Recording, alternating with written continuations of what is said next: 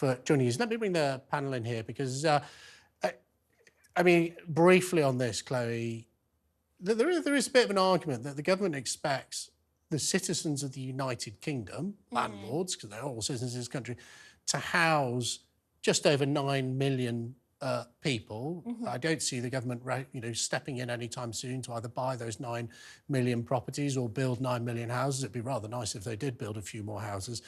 Has Michael Gove, who's sort of walking the tightrope here, has he succeeded? He's got to balance that desire for people to still want to be landlords to rent houses to people. You're absolutely right that there does need to be a balance struck because we need to keep landlords wanting to be landlords. But I think that the concerns that we've seen raised there are all very, very important. And I think that one thing, as a young person, one thing that frustrates me and frustrates other young peers of mine is they feel like none of the parties are prioritising housing enough for them, and not just building houses, but making sure that renters are supported. I live in London and I have had horror stories myself, and other friends of mine have had horror stories because it's a seller's market. They just get abused by their landlords. And this thing on Section 21, I do think, that people are right to pick them. It was introduced in 1988 as part of the Housing Act. It came into force, I think, in 1989. But it was introduced. I mean, that was a very long time ago, and it wasn't designed, this no-fault eviction, to cover a situation where you had 9 million plus people living in these houses. It's outdated.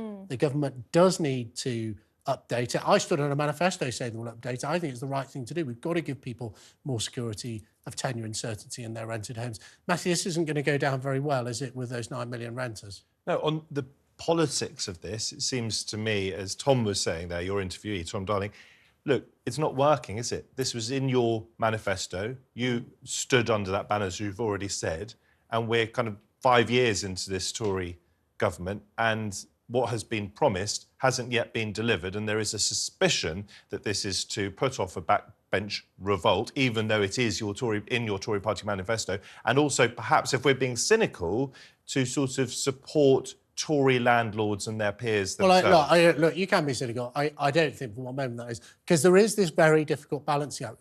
There's not many other countries, actually. UK, particularly in Europe, is a bit of an outlier where, in Germany, lots of people rent houses, but they tend to be owned by these big corporate landlords. In the UK, it is basically mom and pop landlords most of the time. There's not many other countries where the government effectively has said over multiple decades, including under periods of Labour government, that it is the responsibility of other British citizens to buy houses and rent them to people.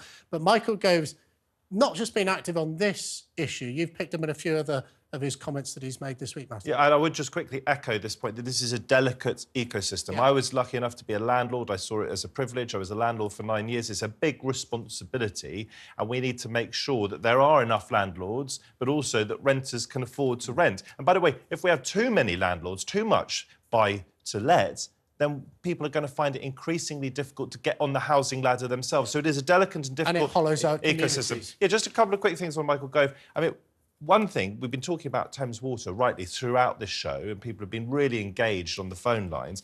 Michael Gove, OK, so he's the community secretary. He basically seems to me to be a very big beast in a failing Tory government. He says, for years, we have seen customers of Thames Water taken advantage of by successive management teams that have been taking out profits and not investing as they should have been.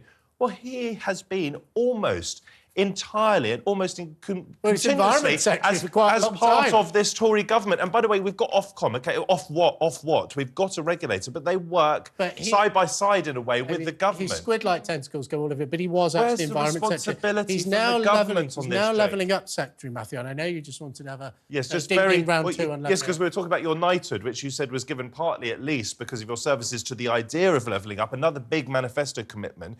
Well, just this month, it was revealed that a parliamentary watchdog, in talking about progress on levelling up, said there are no compelling examples of delivery. So I ask you again, what is your knighthood for? Well, I was very pleased. I hope we get back to the compelling examples, is because actually what that parliamentary watchdog found was that lots of money had been handed over to local authorities and they weren't getting on and doing the work. Now, ultimately, it's the government's job to distribute our money, taxpayers' money, to local authorities to deliver levelling up. And I'm really sorry to tell you, viewing and listening at home, that actually in all too many cases, local authorities are sitting on this cash and not spending it where it should be spent on the streets. Now, if you were cynical, and we've heard a bit about cynicism with Matthew, you would say that they might be even collecting the interest on this money and using it to supplement their funds.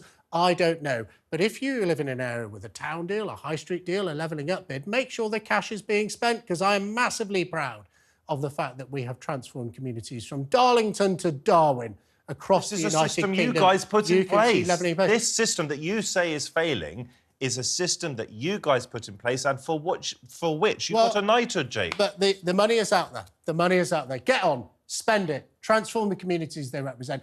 I was the minister who invented the town deal. I'm particularly proud of it.